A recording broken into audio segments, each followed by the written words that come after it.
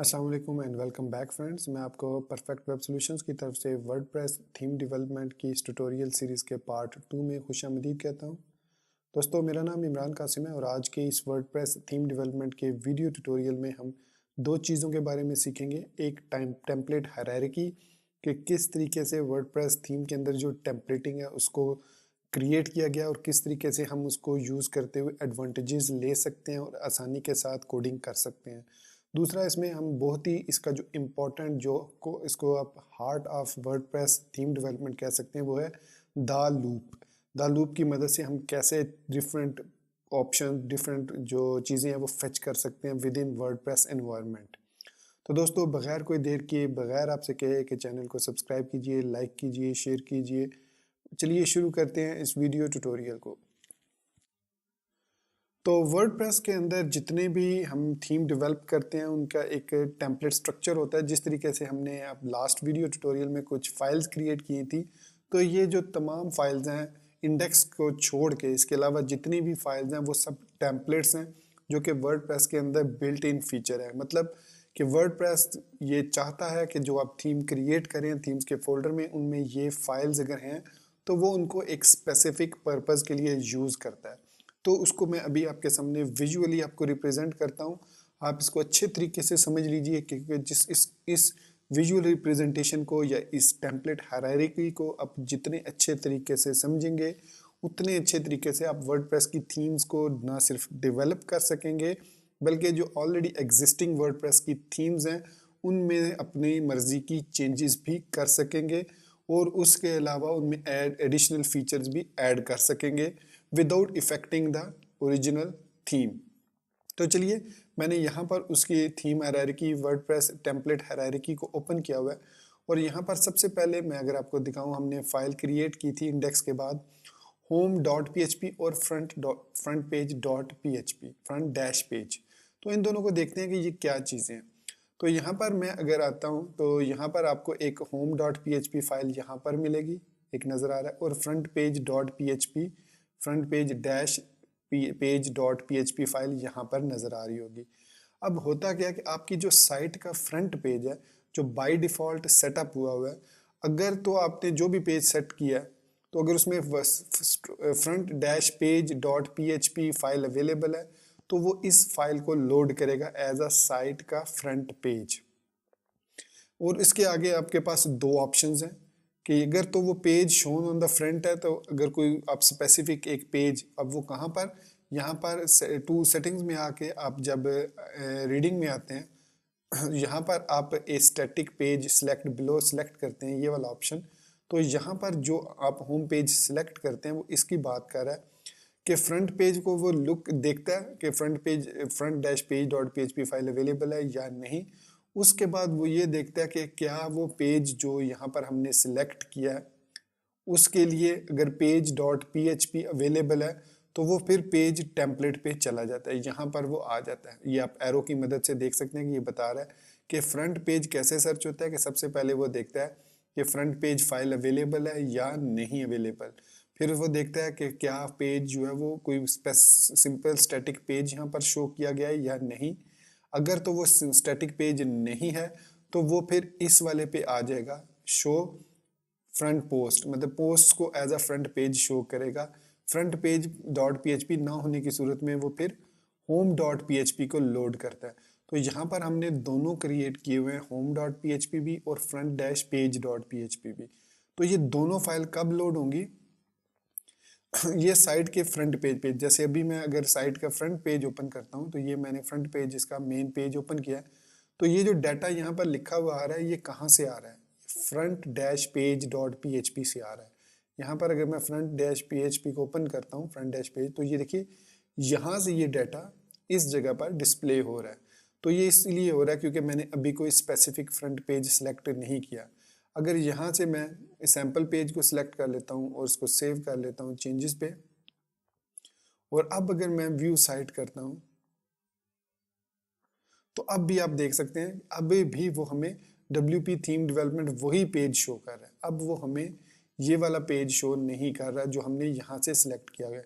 उस सूरत में क्योंकि हमने यहाँ पर सिलेक्ट किया हुआ है सैम्पल पेज, लेकिन स्टिल जो है चूंकि हमारे पास फ्रंट पेज डैश PHP मौजूद है तो इसलिए वो इसको लोड करेगा।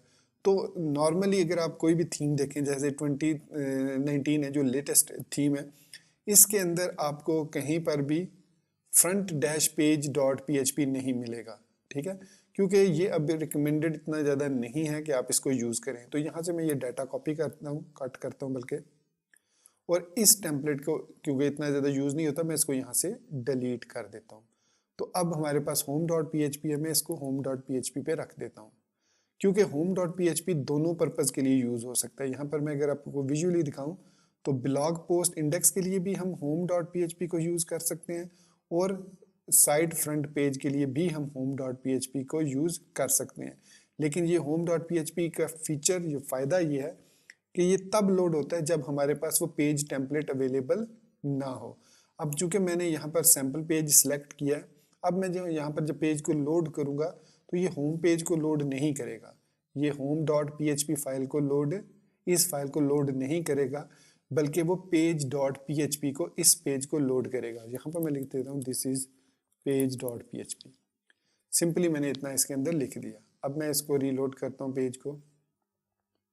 तो अब दोस्तों देखो आपने यहाँ पर कि this is page dot PHP लिखा हुआ आ रहा है, क्योंकि हमारे पास होम डॉट PHP भी अवेलेबल है और हमारे पास पेज डॉट PHP भी अवेलेबल है। यहाँ पर आप देख सकते हैं पेज डॉट PHP को एट द एंड वो फाइंड करता है, तो ये फाइल भी अवेलेबल है, ये फाइल भी अवेलेबल है।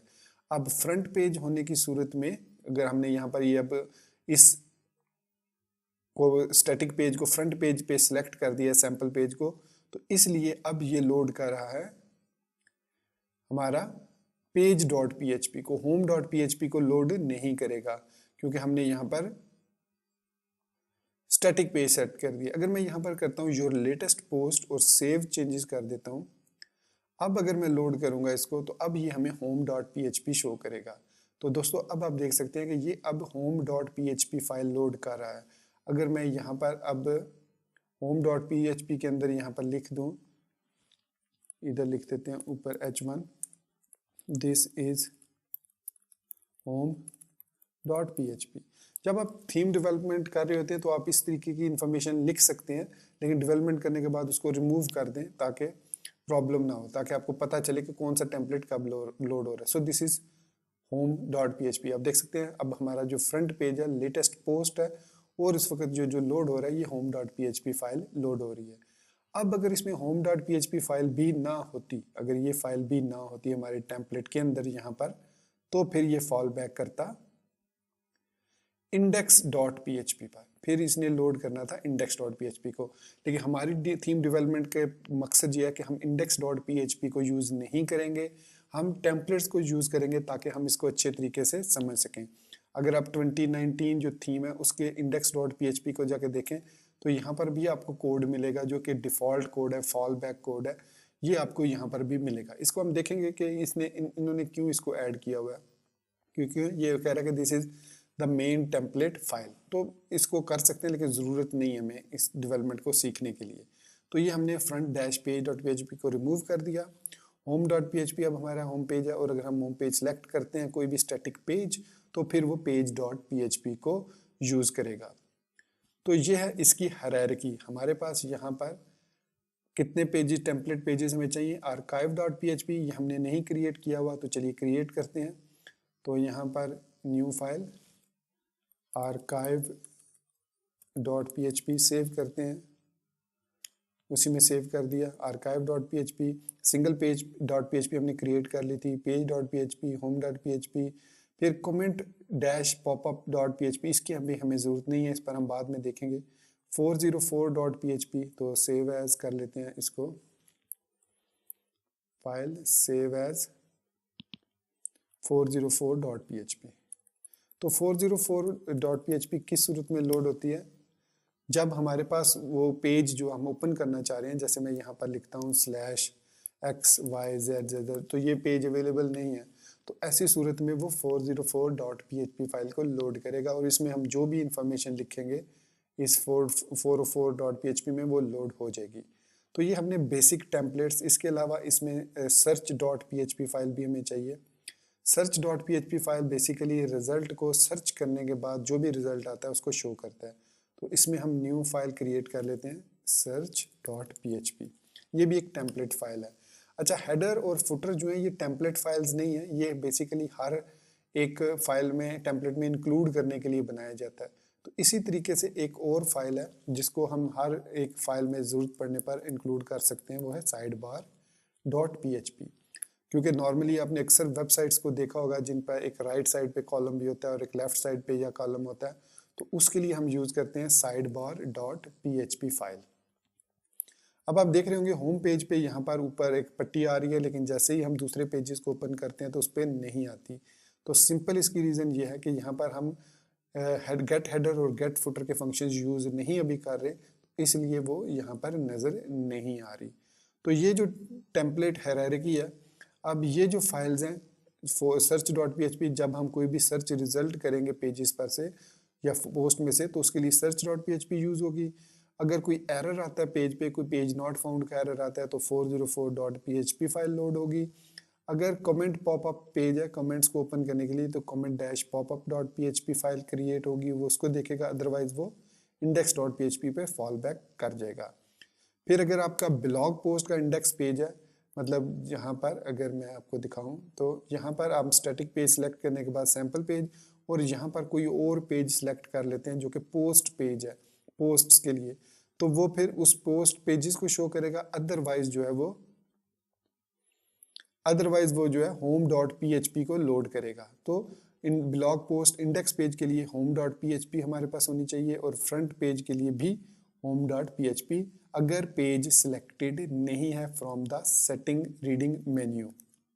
तो यहाँ पर अगर योर लास्ट पोस्ट है तो ये home.php को ही लोड करेगा। अभी हम इसी को रहने देते हैं। तो उसके अलावा यहाँ पर अब देखिए, अब आगे हम बात करते हैं आर्काइव पेज और सिंगुलर पेज की। अब सिंगुलर पेज में हमारे पास दो किस्म के पेज होते हैं, एक को कहा जाता है सिंगल पोस्ट पेज और एक को कहा जाता है स्टैटिक पेज। अब सिंगल पोस्ट पेज में और स्टैटिक पेज में डिफरेंस क्या है वो मैं आपको दिखा देता हूँ यहाँ पर, कि जो हमारे पेजेस के अंदर जो ये पेज है, ये वाला, ये जो सैम्पल पेज के नाम से, ये हमारे पास है स्टैटिक पेज। ठीक है, ये हमारे पास एक स्टैटिक पेज है। और जो पोस्ट यहाँ पर है हमारे पास, ये हेलो वर्ल्ड है जिस तरह बाय डिफॉल्ट, इसको अगर मैं ओपन करता हूँ तो ये हमारे पास क्या है, ये हमारे पास है सिंगल पोस्ट पेज। अब सिंगल पोस्ट पेज के लिए हमें single.php चाहिए। देख सकते हैं आप, अगर आप एरोज को गौर से एनालाइज करें इन एरोज को, तो ये यहाँ तक जा रहे हैं इस तरीके से। ठीक है, तो इनके लिए सिंगल पोस्ट पेज के लिए आगे सब टाइप्स हैं, तीन किस्म की सिंगल पोस्ट पेज की। एक है अटैचमेंट पोस्ट, कस्टम पोस्ट और ब्लॉग पोस्ट। इन तीनों के लिए और सिंगल पेज के लिए, इन सब के लिए एक ही हमें फाइल चाहिए होती है, वो है single.php। इसके दरमियान जो आपको यहाँ पर फाइल टाइप्स नज़र आ रही हैं डिफरेंट, ये वाली जो है, ये हमें फर्दर कस्टमाइजेशन के लिए यूज़ करनी होती हैं कि फर्दर किस तरीके से हमने कस्टमाइज करना है इसको। तो यहाँ पर आप देख सकते हैं सिंगल डैश पोस्ट है, single dash post type .php है, अटैचमेंट .php है। तो अगर आपके पास कोई अटैचमेंट को डिस्प्ले करवाना है किसी अटैचमेंट को, तो आप उसके लिए अलग से attachment.php फाइल क्रिएट कर सकते हैं। बास टेम्पलेट इसको क्रिएट भी करते हैं, लेकिन अभी हम जो है वो इन बेसिक टेम्पलेट्स के साथ ही आगे बढ़ेंगे। फिर जब हम एडवांस कोर्स में जाएंगे तो वहाँ पर हम इन टेम्पलेट्स को अच्छे तरीके से समझेंगे। तो हमने इस सिंगुलर पेज के दो स्टैटिक पेजेस, अगर हम स्टैटिक पेज को देखें तो इसके अंदर हमारे पास सिर्फ एक पेज टेम्पलेट है, उसके लिए हमें चाहिए page.php। ठीक हो गया। फिर इसके बाद हमारे पास आर्काइव पेज आता है। अब आर्काइव्स हमारे पास डिफरेंट 6 किस्म के होते हैं आर्काइव्स। कौन कौन से? ऑथर का आर्काइव, कैटेगरी का आर्काइव, कस्टम पोस्ट टाइप का आर्काइव, कस्टम टेक्सोनोमी का आर्काइव, डेट का आर्काइव और टैग का आर्काइव। इन सब आर्काइव्स के लिए एक ही टेम्पलेट फाइल चाहिए होती है archives.php। लेकिन अगर आप फर्दर ऑथर आर्काइव को अलग से टेम्पलेट देना चाह रहे हैं तो author.php फाइल क्रिएट करेंगे। अगर आप कैटेगरी आर्काइव के लिए अलग से टेम्पलेट PHP फाइल क्रिएट करना चाह रहे हैं तो category.php क्रिएट कर लें अपनी थीम के अंदर। अगर कस्टम पोस्ट टाइप का आर्काइव है तो उस आर्काइव डैश जो भी उस पोस्ट की टाइप है उसके लिए अलग से आप एक PHP फाइल क्रिएट कर सकते हैं। इसी तरीके से कस्टम टेक्सोनोमी।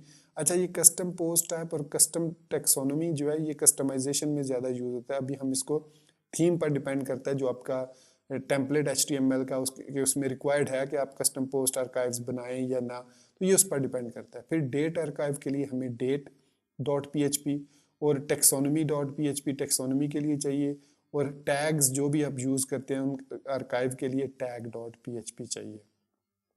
तो अगर ये फाइल्स हम क्रिएट नहीं करने, और ये उसी सूरत में हम ये वाली फाइल्स क्रिएट करेंगे जब हमें हर एक के लिए अलग से स्टाइलिंग करनी हो, वरना otherwise archive.php is enough for us. फिर उसके अलावा अगर archive.php भी अवेलेबल नहीं है तो it will fall back to the paged.php। अगर वो भी नहीं मिलती तो फिर वो जाएगा index.php पर। तो ये है टेम्पलेट हायरार्की, इसको आपने अच्छे तरीके से समझना है। उसके बाद ही आपको आगे चल के जो मैं कोडिंग करूँगा उसकी समझ आएगी। जब हम PHP को राइट करेंगे, कोडेक्स से कॉपी करेंगे डाटा और पेस्ट करेंगे अपने टेम्पलेट्स के अंदर, तो वो चीज़ आपको समझ उसी सूरत में आएगी कि मैं यहाँ पर क्यों कर रहा हूँ, आपको जब तक इस टेम्पलेट हायरार्की की समझ नहीं आती। तो आप आगे बढ़ने से पहले मैं ये रिकमेंड करूँगा कि आप इसकी प्रैक्टिस कीजिए, इसको अच्छे तरीके से समझिए, फिर आप आगे बढ़िए। तो ये है हमारे पास वर्डप्रेस टेम्पलेट हायरार्की। होपफुली मैंने आपको अच्छे तरीके से हर चीज़ एक्सप्लेन कर दी है इसमें। और अगर स्टिल अगर आपको इसमें कोई चीज़ कंफ्यूज करती हो कि ये चीज़ क्यों है या कैसे है, तो do let me know in the comment section of this video, या आप हमारा WhatsApp group, slack community, Facebook page या ग्रुप ज्वाइन कर सकते हैं। उसके उन तमाम के लिंक्स आपको इस वीडियो की डिस्क्रिप्शन में या हमारे चैनल के अबाउट सेक्शन में मिल जाएंगे। तो ये था हमारे पास वर्डप्रेस टेम्पलेट हायरार्की। तो होपफुली आपको वर्डप्रेस टेम्पलेट हायरार्की की समझ लग गई है। तो अब हम नेक्स्ट मूव करते हैं।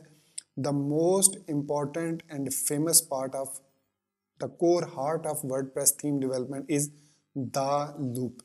द लूप इसको कहा जाता है, इसको एक शॉर्ट नेम की सूरत में द लूप कहा जाता है। अदरवाइज इसके अंदर काफ़ी कुछ हमें कोड लिखना होता है to achieve a specific task. लेकिन चूंकि ये बिगनर्स की सीरीज़ है तो हम इसको कोशिश करेंगे कि एज सिंपल जितना सिंपल हो सके, एज सिंपल एज पॉसिबल इसको रखें, ताकि आपको इसकी समझ आए और फिर आप इसको बाद आसानी से एडवांस की तरफ मूव कर सकते हैं। तो हम यहाँ पर ओपन करेंगे कोडेक्स को। यहाँ मैं ओपन कर लेता हूँ codex.wordpress.org और थीम डेवलपमेंट पे चले जाते हैं हम। तो ये हमारे पास थीम डेवलपमेंट का पेज ओपन हो गया है। यहाँ पर हमने जो भी टेम्पलेट्स वगैरह के बारे में इंफॉर्मेशन थी, अभी हमने फंक्शन फाइल को नहीं देखा, इसको आगे चल के हम देखेंगे जब हम इस पे आएंगे। हमने टेम्पलेट फाइल्स को देख लिया, जिसमें हमारे पास ये देख सकते हैं, ये एक बेसिक टेम्पलेट फाइल्स की लिस्ट है जिसमें comments.php, फ्रंट पेज वगैरह ये चाहिए फाइल्स, ये सारी। तो ये हमारे पास है। अब हम बढ़ते हैं द लूप की तरफ। तो ये हमारे पास यहाँ से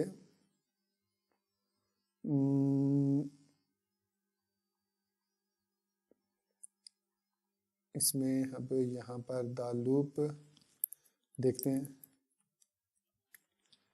सर्च कर लेते हैं इसको। इसमें यहाँ पर तो अवेलेबल नहीं है, साइड बार पर भी अवेलेबल नहीं है, तो हम यहाँ पर द लूप लिख लेते हैं। तो इसके हमें लिंक मिल जाएगा द लूप का।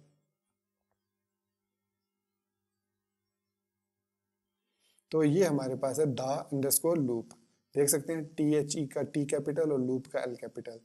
सो the loop is PHP code used by WordPress to display posts.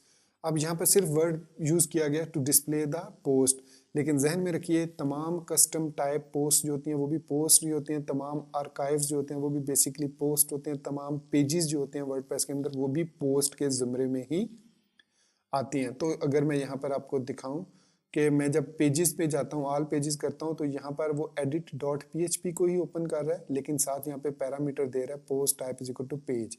अगर यहाँ पर मैं पोस्ट टाइप देता हूँ जैसे टीम, तो यहाँ पर मैं रन करता हूँ तो कहता है इनवैलिड पोस्ट टाइप, मतलब ये पोस्ट टाइप अभी इस पर अवेलेबल नहीं है। हम कस्टम पोस्ट टाइप क्रिएट कर सकते हैं with the name of team और फिर इस तरीके से उसको एक्सेस कर सकते हैं एडमिन पैनल में। तो इसी तरीके से पोस्ट को अगर मैं ओपन करता हूँ तो यहाँ पर सिंपल हमें edit.php मिलती है। तो ये सब हमारे पास क्या है, पोस्ट है। तो ये इसने यहाँ पर यही बात की है। इसको थोड़ा सा मैं जूम इन कर लेता हूँ कि the loop is PHP code. अब इसमें हमारे पास जो इंपॉर्टेंट चीज़ होती है वो द टाइटल, क्योंकि इसमें वर्ड THE मतलब वर्ड द जो है वो बहुत यूज़ होता है, इसलिए इसको द लूप कहा जाता है। अदरवाइज और कोई रीज़न नहीं है इसको the loop. The category, the time. और उसके बाद अब बात करते हैं कि इसको यूज़ कैसे करना है। अब यहाँ पर एक उसने यहाँ पर एक टेम्पलेट, इसको भी आप इग्नोर कर दें, WP use themes comma false get header, इसको हमें लिखने की जरूरत नहीं है। The loop starts like this, ये कोड है इसका, इसको हम कॉपी करते हैं यहाँ से, बल्कि कॉपी चले कॉपी कर लेते हैं, मैं फिर एक्सप्लेन कर दूंगा। अब इसको कहाँ पर पेस्ट करना है, तो जैसे कि मैंने बताया कि मैंने जो सेटिंग की हुई है, हमारी जो सेटिंग डिफ़ॉल्ट सेटिंग है रीडिंग की, वो है लास्ट लेटेस्ट पोस्ट, और हमने home.php क्रिएट की हुई है, तो इसलिए इस कोड को हम पेस्ट करेंगे home.php के अंदर। तो इस कोड को यहाँ पर से मैं ख़त्म कर देता हूँ और इसको पेस्ट कर देता हूँ। तो इसको थोड़ा सा स्टाइल कर लेते हैं, सॉरी, इसको थोड़ा सा स्टाइल कर लेते हैं।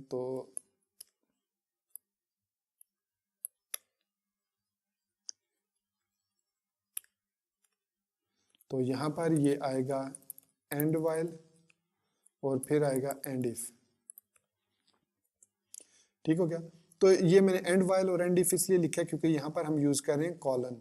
तो जब भी कॉलन यूज़ करेंगे तो उसको एंड करने के लिए हम यहाँ पर उसके कोरस्पॉन्डिंग एंड इफ, अगर इफ को कॉलन दे रहे हैं तो एंड इफ लिखेंगे, अगर वाइल को दे रहे हैं तो एंड वाइल।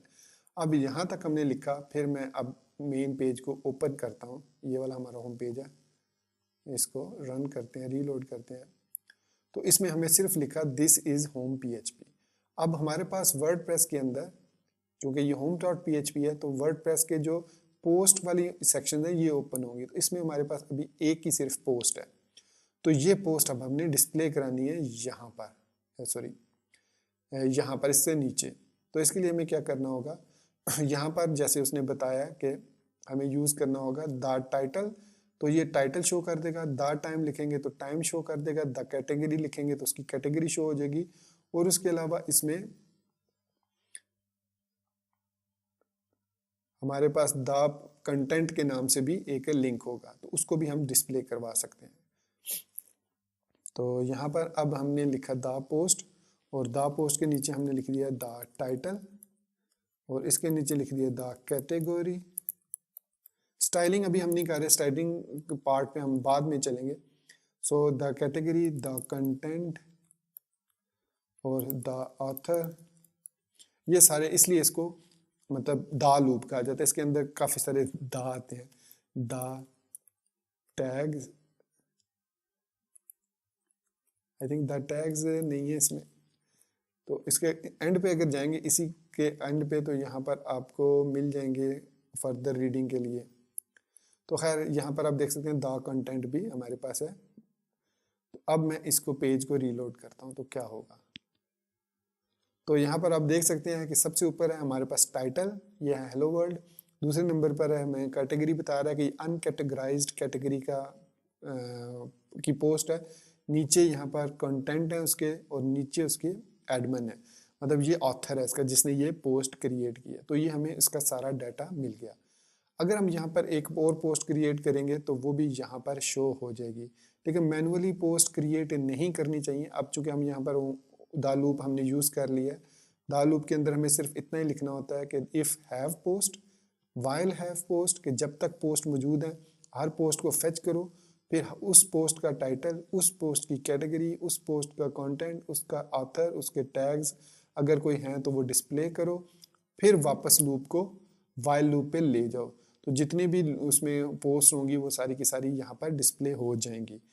तो इसके लिए हमें क्या करना होगा कि वर्डप्रेस हमें एक यूनिट टेस्टिंग के लिए एक XML फाइल देती है, उसको हम डाउनलोड करते हैं। So theme unit test, I think ये लिंक है इसका, थीम यूनिट टेस्ट। अगर ना हुआ तो हम सर्च कर लेंगे, ठीक है। थीम यूनिट टेस्ट के नाम से हमें उसने एक ये XML फाइल दे रहा है कि आप इसको डाउनलोड करके अपलोड कर सकते हो। तो लास्ट अपडेट हुई थी 18 अप्रैल 2017 को। तो वो कह रहा है clone the theme test data from the GitHub repository theme unit test और download a copy from here. तो सेम लिंक से वो यहाँ से भी हम डाउनलोड, तो इसको मैं राइट क्लिक करके सेव, इसको बल्कि मैं क्लिक कर देता हूँ तो ये XML फाइल यहाँ पर लोड हो जाएगी। तो इसको मैं फाइल सेव पेज एज कर लेता हूँ और डेस्कटॉप पे मैं इसको डेस्कटॉप के अंदर यहाँ पर इसको सेव कर लेता हूँ XML फाइल को। अब इसको इंपोर्ट कैसे करना है, डेफिनेटली अगर आपने वर्डप्रेस की बेसिक सीरीज देखी हो तो उसमें पता होगा कि हम टूल्स के अंदर जाते हैं और इंपोर्ट के अंदर यहाँ पर जाते हैं तो हमारे पास काफ़ी सारे ऑप्शन हैं किस किस जगह से हम फील्ड को इंपोर्ट कर सकते हैं। तो यहाँ पर हम इंपोर्ट करेंगे वर्डप्रेस की XML फाइल को। तो इसको मैंने प्लगइन को यहाँ पर इंस्टॉल कर लिया वर्डप्रेस, तो ये इसको इंस्टॉल कर है, let it to be installed. अच्छा, इससे डमी डाटा हमारा काफ़ी सारा इसमें आ जाएगा। तो इसको मैं भी दिखाता हूँ आपको, रन इंपोर्टर करता हूँ। तो यहाँ से मैं चूज फाइल करूँगा, तो जो अभी फाइल हमने डेस्कटॉप पे लोड की थी XML फाइल, ये वाली थीम यूनिट डाटा, इसको मैं ओपन कर लेता हूँ। तो उसके बाद अपलोड फाइल एंड इंपोर्ट, इस पर क्लिक कर दूंगा। तो यहाँ पर असाइन ऑथर्स, तो ये कह रहा है कि उसको असाइन कर दो। तो मैं तमाम के तमाम को अगर मैं सिलेक्ट नहीं करता तो वो खुद बहुत यूजर्स क्रिएट, चले मैं कहता हूँ कि वो खुद यूजर सारे क्रिएट कर ले। तो वो अब खुद से यूजर क्रिएट करके उसके साथ अटैच कर देगा। फिर मैं कहूँगा download and import file attachments, कि अगर उन फाइल्स के साथ कुछ अटैचमेंट्स हैं तो वो भी डाउनलोड कर लो। उसके बाद मैं सबमिट पे क्लिक कर देता हूँ। अभी ये थोड़ी देर लगाएगा और इन तमाम फाइल्स को डाउनलोड करेगा। तो अभी डाउनलोडिंग इसकी स्टार्ट हो चुकी है। तो जैसे ही ये फिनिश होगी यहाँ पर हमें एक मैसेज आएगा हैव फन का। तो यहाँ पर आप देख सकते हैं कि ऑल डन और हैव फन का मैसेज आ गया और साथ में उसने कुछ यहाँ पर मैसेजेस भी दिए हैं। तो एक्चुअली मुझे 2 दफ़ा ट्राई करना पड़ा था, पहली दफ़ा कोई टाइम आउट एरर आ गया था। तो मैंने दोबारा जब उसको रीलोड किया तो यहाँ पर वो उसने सक्सेसफुली अब किया क्या है कि यहाँ पर मैं आपको दिखा देता हूँ कि उसने पोस्ट के अंदर तमाम डमी पोस्ट मुझे क्रिएट करके दे दिए, 3 पेजेस क्रिएट करके दे दिए पोस्ट के। इसी तरीके से अगर मैं पेजेस पे जाता हूँ तो यहाँ पर उसने काफ़ी सारे पेजेस भी हमें क्रिएट करके दे दिए हैं जिनको हम यूज़ करना चाहें यूज़ कर सकते हैं। तो उसके अलावा अगर मैं इसके अलावा उसमें कुछ कमेंट्स भी उसने हमें ऐड करके दे दिए हैं, डमी कमेंट्स हैं। तो ये सब कुछ डमी डाटा हमारे पास आ चुका है। तो अब अगर मैं अपने होम पेज पे जाता हूँ तो यहाँ पर आप देख सकते हैं कि हमारा जो डाटा है वो काफ़ी ज़्यादा हो गया। ये तमाम का तमाम डाटा अब जो आ रहा है ये आ रहा है हमारे डमी पोस्ट से, और इस एक कोड की मदद से ये सारा डाटा home.php पर शो हो रहा है। तो ये एक जो लूप है ये बहुत ही पावरफुल लूप है और इसको heart of WordPress theme development कहा जाता है। इसको आप जितने अच्छे तरीके से सीखेंगे, इसके ऑप्शंस जितने अच्छे तरीके से आप समझेंगे, उतने अच्छे तरीके से आप थीम डेवलपमेंट कर सकते हैं। अब ये जो कोड है ये कोड हम ऑलमोस्ट ऑलमोस्ट हर एक टेम्पलेट में यूज़ करते हैं सवाए sidebar dot P H P, header dot P H P और footer dot P H P के अलावा 404 डॉट पी एच पी में भी हम इस लूप को यूज़ नहीं करते। बाकी इसको home dot P H P, page dot P H P तमाम जगहों पर यूज़ किया जाता है। तो अगर मैं इसको गेट इस सारे को कॉपी करता हूँ, यहाँ पर एज इट इज़ कॉपी किया, page dot P H P में गए और यहाँ पर भी इसको पेस्ट कर दिया और यहाँ पर मैं कर देता हूँ page, this is page dot P H P. इसी तरह मैं single dot P H P में गया और उसको पेस्ट किया और यहाँ पर लिख दिया single dot P H P. इसी तरीके से मैंने और होम कर दिया, पेज कर दिया, सिंगल कर दिया। तो बाकी इसके अलावा आर्काइव में भी मैं इसको ऐड कर देता हूँ और यहाँ पर कर देता हूँ archive dot P H P. तो देखिए सब पे मैंने सेम कोड जो है वो कॉपी कर दिया। Search dot P H P में हमें अभी ज़रूरत नहीं है, इसमें हमने ऐड नहीं किया। तो अब मैं अगर यहाँ पर पोस्ट में जाता हूँ तो किसी भी पोस्ट को, सपोज हो हेलो वर्ल्ड है, मैं इसको ओपन इन न्यू टैब करता हूँ, व्यू करता हूँ न्यू टैब में। तो ये अब आप देख सकते हैं this is single dot P H P, मतलब यहाँ पर जो हमारे पास पेज लोड हो रहा है टेम्पलेट वो single dot P H P load हो रहा है और उसका डाटा यहाँ पर शो हो रहा है। इसी तरीके से अगर मैं पेजेस पे जाता हूँ, देखिए सेम लूप है, ध्यान में रखिएगा। और मैं इसको अगर ओपन करता हूँ फ्रंट पेज को, तो इस पे हमारे पास ये कह रहा है this is page dot P H P, मतलब अब जो टेम्पलेट लोड हो रहा है वो page dot P H P है और ये जो डाटा आ रहा है फ्रंट पेज ये हमारा लिखा हुआ आ रहा है इस टेम्पलेट में से। इस एडिट अगर मैं करता हूँ फ्रंट पेज को तो ये वाला जो कंटेंट है ये वाला आ रहा है। अब ये एक्चुअली गुटेनबर्ग का जो टेम्पलेट यूज़ हो रहा है, यहाँ पर गुटेनबर्ग वो यूज़ हो रहा है, तो इसलिए यहाँ पर आपको टेक्स्ट थोड़ा सा डिफरेंट नज़र आएगा। ये फ्रंट पेज इसका टाइटल है और ये हमारे पास इसका फ्रंट पेज टाइटल है। फिर उसके बाद ये इसका कंटेंट एरिया है और यहाँ पर हमारे पास ये इसका कंटेंट है और ये वो बंदा है जिसने इसको क्रिएट किया, एडमन ने, एडमन ने इसको क्रिएट किया है। तो इसी तरीके से हम यहाँ पर किसी भी पेज को व्यू कर सकते हैं। तो ये तमाम पेजेस जो हैं वो एडमन ने ही क्रिएट किए हैं। इसके अलावा अगर हम यूज़र में जाते हैं तो इसने कुछ 3 डमी यूज़र्स भी हमें क्रिएट करके दे दिए हैं जिन्होंने यहाँ पर कमेंट्स किए हैं। अगर मैं कमेंट्स को यहाँ पर देखता हूँ तो ये कमेंट्स हम किसी भी पोस्ट के साथ अगर कोई कमेंट है तो उसको हम शो करा सकते हैं। तो ये अप्रूव्ड जो है अब हमारे पास कमेंट्स हैं, तो साथ में हमें ये बता रहा है कि ये किसके लिए, किस पोस्ट के लिए ये इन रिस्पॉन्स टू और सबमिटेड ऑन, सब कुछ यहाँ पर मिल रहा है। तो दोस्तों ये था हमारे पास कोर हार्ट, मतलब जो हमारा जो वर्डप्रेस थीम डेवलपमेंट का हार्ट है, द लूप और टेम्पलेट हायरार्की है। ये दोनों के समझे बगैर आप कभी भी अच्छी वर्डप्रेस थीम डेवलपमेंट नहीं कर सकते, ना ही डेवलपमेंट कर सकते हैं और ना ही कस्टमाइजेशन कर सकते हैं। तो दोस्तों ये था हमारा आज का वीडियो ट्यूटोरियल जिसमें हमने टेम्पलेट हायरार्की को और द लूप को देखा।